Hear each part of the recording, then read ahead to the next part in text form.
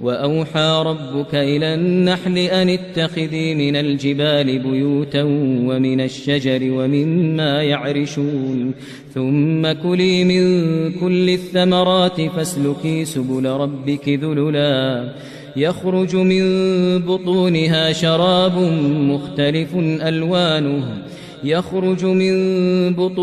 شراب مختلف ألوانه فيه شفاء للناس إن في ذلك لآية لقوم يتفكرون والله خلقكم. السلام عليكم ورحمة الله وبركاته. دمان أخيارتك كتحن جنالك عبدالرحيم. maanta waxaan doonayaa inaan idin soo gudbiyo warbixin ku saabsan xayawaanka ama cayayaanka shinnida. Sida wada ognahay, xayawaanka shinnidu waa xayawaan aad u qiimo badan oo Ilaahay ka fadlay xayawaanada intiisa kale. Sidoo kale xayawaankan Allah subhanahu wa ta'ala iyo Nabi Muhammad ba way nooga warrameen faa'iidooyinkiisa uu inoo leeyahay. Cayayaanka ama xayawaanka shinnida wuxuu ku nool yahay dhammaan daafaha caalamka marka laga reebo qaaradda Antarctica ee barafyada iyo badaha ka samaysan. Xayawaankan Ilaahay ayaa quraankiisa ku xusay shinnida markastana oo uu Ilaahay sheego magaceeda haddana manfaceeda ayuu sheegaa oo uu ugu horeeyo malabku. suurad ka mid ah quraankaba ayaa magaceeda la dhahaa suuratu naxli ama suurada shinnida oo Ilaahay ku xusayo manfaceeda iyo faa'iidada ay leedahay. sidoo kalena Allah subhanahu wa ta'ala uu ku sheegay inuu ugu waxyooday inay buuraha iyo dhirta ay ka dhigato guryo. Shinnidu waxay ku nooshahay banaanka kaymaha ah iyo sidoo kale buuraha, waxayna u kala baxdaa ilaa 20,000 oo nooc ama 20,000 oo qaybood. sidoo kale waxaa halis badan labada nooc ee ku kala nool buuraha iyo banaanka. waxaa halis badan nooca ku nool buuraha isla markaana malab soo saar ka badan kuwa ku nool banaanka. sidoo kale shinnidu waxay u dhaqantaa ama se u nooshahay sida xayawaanka kale ee uu dadku ka mid yahay ay u nool yihiin, waxaana u talisa qaybteeda dhadiga iyadoo u nool guuto ama boqortooyo ahaan. waxa ayna qabataa ama mid ka mid ah xayawaanka shinnida oo kasta ay shaqo u gaara ayuu qabtaa.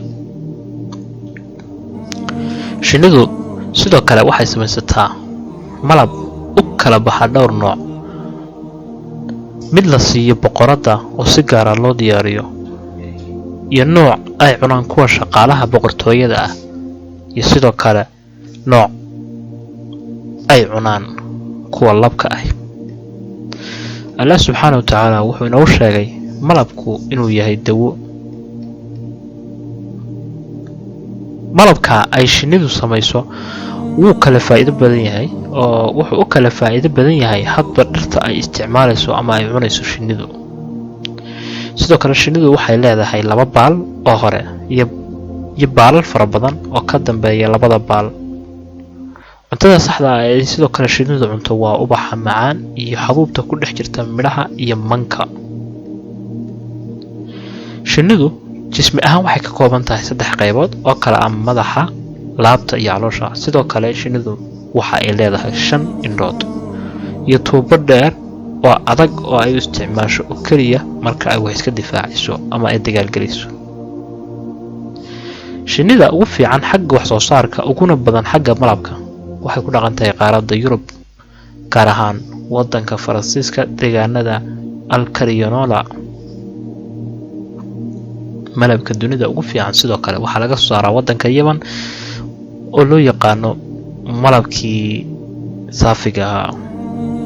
shinnida ta ugu dheer ee malab samaysa waa shinni dhererkeedu gaarayo ku dhawaad 20 millimeter, waxaana loo yaqaanaa cimlaaqa. ta ugu gaaban ee soo saarta malabna waxa lagu qiyaasaa dhererkeeda 1 millimeter, waxaana loo yaqaanaa cilinka ama tii aadka u gaabnayd. dhererka shinnida boqorada ahi waxa ku laabmaa 2 jeer shinnida shaqaalaha ah. Shinnidu waxa uu Ilaahay ku manaystay qaybta urta iyo dhadhanka ugu wanaagsan. Sidoo kale waxa ayna ku kala garataa dhadhanka macaan, dhadhanka qalaad, urta teeda udgoon iyo teeda aan udgoonayn.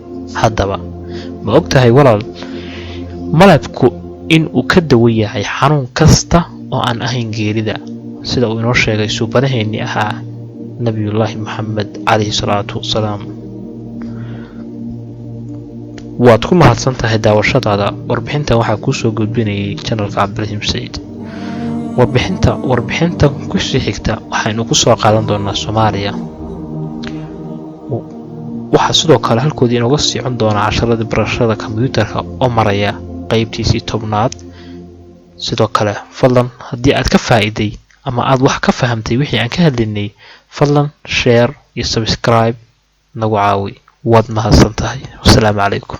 الذي يهدينا جميعا، الله الذي نعتز به جميعا.